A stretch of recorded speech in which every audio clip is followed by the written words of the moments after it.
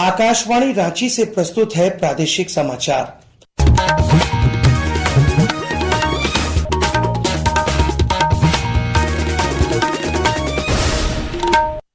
नमस्कार, प्रादेशिक समाचारों के साथ मैं राहुल शर्मा। पहले मुख्य समाचार। भारत ने पहलगाम आतंकी हमले को लेकर पाकिस्तानी जहाजों, व्यापार और डाक सेवाओं पर लगाया प्रतिबंध। जमशेदपुर के एमजीएम अस्पताल में छत गिरने से 3 मरीजों की मौत, 2 घायल। मुख्यमंत्री ने हादसे पर जताया शोक। मृतकों के आश्रितों को 5-5 लाख रुपए के मुआवजे की घोषणा। देश भर में नीट यूजी परीक्षा आज, करीब 3 लाख परीक्षार्थी होंगे शामिल। जिला, राज्य और केंद्र स्तर पर होगी निगरानी। मौसम विभाग ने राज्य के 20 जिलों में आज गर्जन के साथ बारिश, आंधी और वज्रपात को लेकर जारी किया ऑरेंज अलर्ट। और आज से पटना में खेलो इंडिया यूथ गेम्स की होगी शुरुआत। झारखंड तीरंदाजी, फुटबॉल, बालक एवं बालिका, साइकिलिंग, मलखंभ, सेपक टकरा की टीमें लेंगी हिस्सा। और अब समाचार विस्तार से। भारत ने पहलगाम आतंकी हमले के मद्देनजर भारतीय बंदरगाहों पर पाकिस्तानी जहाजों के प्रवेश पर प्रतिबंध लगा दिया है। नौवहन महानिदेशालय ने कहा है कि पाकिस्तान के झंडे वाले किसी भी जहाज को किसी भी भारतीय बंदरगाह पर आने की अनुमति नहीं दी जाएगी।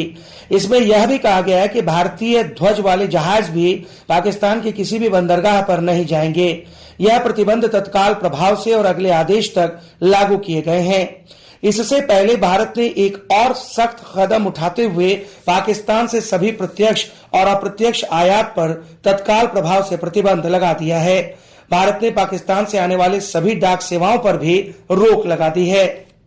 जमशेदपुर के साक्षी स्थित एमजीएम अस्पताल में देर रात बड़ा हादसा हुआ। अस्पताल की 4 मंजिला मेडिसिन वार्ड की छत ढहने से 3 मरीजों की मौत हो गई, जबकि 2 घायल हो गए।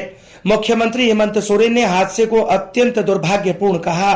श्री सोरेन ने सोशल मीडिया एक्स पर कहा कि मरांग बुरु दिवंगत लोगों की आत्मा को शांति प्रदान कर शोकाकुल परिवारजनों को दुख की यह घड़ी सहन करने की शक्ति दें। उन्होंने बताया कि स्वास्थ्य मंत्री इरफान अंसारी के नेतृत्व में उच्च अधिकारियों की टीम घटना स्थल पर पहुंची है। ऐसी घटना की पुनरावृत्ति न हो, इस बाबत भी उचित कार्रवाई और कार्य योजना बनाने के लिए निर्देश दिया गया है। इधर घटना के बाद देर रात पहुंचे स्वास्थ्य मंत्री डॉक्टर इरफान अंसारी ने मृतकों के आश्रितों को 5-5 लाख रुपए और घायलों को 50-50 हजार रुपए मुआवजा देने की घोषणा की। उन्होंने कहा कि घटना के लिए जो भी दोषी होंगे उस पर कार्रवाई की जाएगी। लोग आए हैं माननीय मुख्यमंत्री हेमंत सोरेन जी के निर्देश पर। हमारा जो मकसद है जो घटने में मारे गए हैं उनसे कैसे राहत मिले और उस परिवार के साथ कैसे खड़ा हूँ, इससे मेरा फोकस है। और मुआवजे के तौर पर हम लोग माननीय मुख्यमंत्री के निर्देश पर 5-5 लाख मृतक परिवार को मुआवजा देने के लिए आए हैं। और जो लोग घायल हैं 50-50 हजार रुपये हम देने के लिए आए हैं। और दोबारा इस तरह की प्रवृत्ति न हो, इस तरह की घटना न घटे, इस पर हम ठोस निर्णय लेंगे। वन एवं पर्यावरण राज्य मंत्री कीर्तिवर्धन सिंह 6 मई को चतरा जिले के दौरे पर आएंगे। इस दौरान वे अधिकारियों के साथ समीक्षा बैठक के साथ आकांक्षी प्रखंड मयूरहंड का दौरा करेंगे। उनके आगमन को लेकर प्रशासनिक तैयारियां तेज हो गई हैं। मुंबई में जारी world audio visual entertainment summit waves आज संपन्न हो रहा है। आज अंतिम दिन फिल्म निर्माण पर कुछ सत्र होंगे और सांस्कृतिक कार्यक्रम भी होगा। सूचना और प्रसारण राज्य मंत्री डॉक्टर एल मुरुगन ने कल मुंबई में वेब्स शिखर सम्मेलन के दौरान भारत की लाइव इवेंट इकोनॉमी ए स्ट्रेटेजिक ग्रोथ इंपेरेटिव विषय पर श्वेत पत्र जारी किया। सूचना एवं प्रसारण सचिव संजय जाजू ने कहा है कि वेब्स बाजार 2025 ने 1000 करोड़ रुपए से अधिक का कारोबार किया है। श्री जाजू ने संवाददाताओं से बातचीत में कहा कि वेब्स बाजार में शीर्ष स्तर की कंपनियां भाग ले रही हैं। इस बाजार में लगभग 1000 करोड़ की खरीद फरोख्त अभी तक हो चुकी है। बहुत सारे सेशंस, थॉट लीडर्स का आना, उनकी नेटवर्किंग, उनकी कॉन्वर्सेशंस, ये सब हमारे देश की मीडिया एंटरटेनमेंट इंडस्ट्री को आगे बढ़ाने में एक मील का पत्थर बनकर साबित होगी। हजारीबाग जिले में विनोबा भावे विश्वविद्यालय के स्वामी विवेकानंद सभागार में एक राष्ट्र एक निर्वाचन विषय पर संगोष्ठी का आयोजन किया गया, जिसमें सांसद मनीष जायसवाल मुख्य वक्ता के रूप में शामिल हुए। उन्होंने कहा कि यह देश की मांग है कि राष्ट्र के विकास के लिए एक राष्ट्र एक निर्वाचन प्रक्रिया आरंभ की जाए। वन नेशन वन इलेक्शन केवल एक विषय के लिए है, वो है कि चुनाव, मतदान एक दिन हो, पूरे देश में लोकसभा का चुनाव, विधानसभा का चुनाव एक दिन हो, और जो पंचायती राज के चुनाव है या जो नगर पालिकाओं के जो चुनाव है वो एक दिन हो। तो ये देश के लिए हितकर है, देश के रहने वाले लोगों के लिए हितकर है। पूर्वी रेलवे ने यात्रियों की बढ़ती मांग को देखते हुए देवघर गोड्डा ट्रेन और देवघर भागलपुर मेमू स्पेशल ट्रेनों के संचालन को 9 मई तक बढ़ाने की घोषणा की है।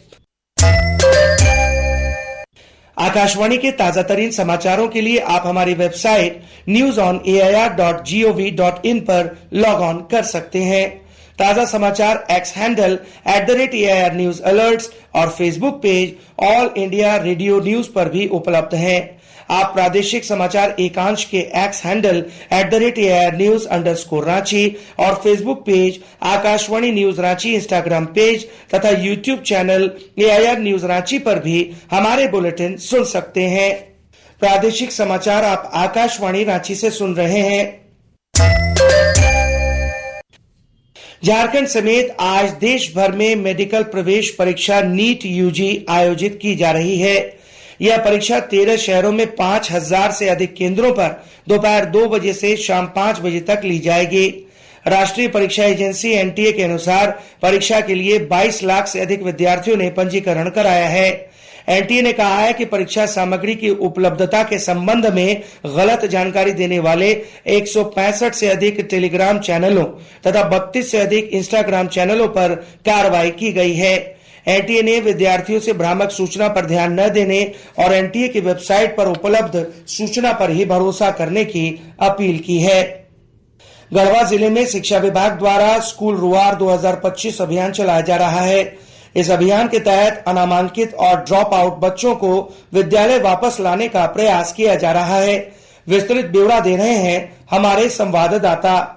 स्कूल रुआ 2025 अभियान अनामांकित और ड्रॉप आउट बच्चों को विद्यालय वापस लाने के लिए शुरू किया गया है। राज्य सरकार शिक्षा विभाग ने इस अभियान की शुरुआत 21 अप्रैल से की है, जो लगातार 10 मई तक चलेगा। इस दौरान बच्चों को विद्यालय वापस लाकर 100% उनका नामांकन सुनिश्चित करना है।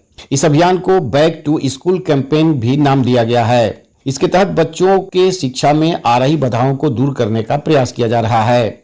इस दौरान बच्चों और उनके अभिभावकों को राज्य सरकार द्वारा चलाई जा रही विभिन्न योजनाओं से अवगत कराया जा रहा है। इनमें प्री मैट्रिक छात्रवृत्ति, सावित्रीबाई फुले किशोरी समृद्धि योजना आदि के विषय में उन्हें जानकारी दी जा रही है। विनोद कुमार पाठक, आकाशवाणी समाचार, गढ़वा। मौसम विभाग ने राज्य में 6 मई तक आंधी, बारिश, ओलावृष्टि और वज्रपात को लेकर चेतावनी जारी की है। आज भी रांची समेत 20 जिलों में आंधी के साथ बारिश, मेघ गर्जन और वज्रपात को लेकर ऑरेंज अलर्ट जारी किया गया है। खेलो इंडिया यूथ गेम्स 2025 आज बिहार के 5 शहरों पटना, राजगीर, गया, भागलपुर और बेगूसराय में शुरू होगा। कुछ खेलों का आयोजन नई दिल्ली में किया जाएगा। इधर खेलो इंडिया यूथ गेम्स में भाग लेने झारखंड तीरंदाजी, फुटबॉल, बालक एवं बालिका साइकिलिंग, मलखंभ, सेपक टकरा की टीमें रवाना हो गयी। दूसरी Shitokai All India Open karate championship Jharkhand Ranchi के खेलगांव स्थित ठाकुर विश्वनाथ शादेव इंडोर स्टेडियम में शुरू हुई। प्रतियोगिता के पहले दिन मेजबान टीम झारखंड के खिलाड़ियों ने उम्दा प्रदर्शन किया और 12 स्वर्ण पदक लेकर पहले स्थान पर रहे। झारखंड राज्य स्तरीय अंडर 17 सब जूनियर बालक बालिका कुश्ती प्रतियोगिता सह चयन ट्रायल 2025 रांची में संपन्न हुआ, जिसमें विभिन्न जिलों से 116 कुश्ती खिलाड़ियों ने हिस्सा लिया। और अब अखबारों की सुर्खियां।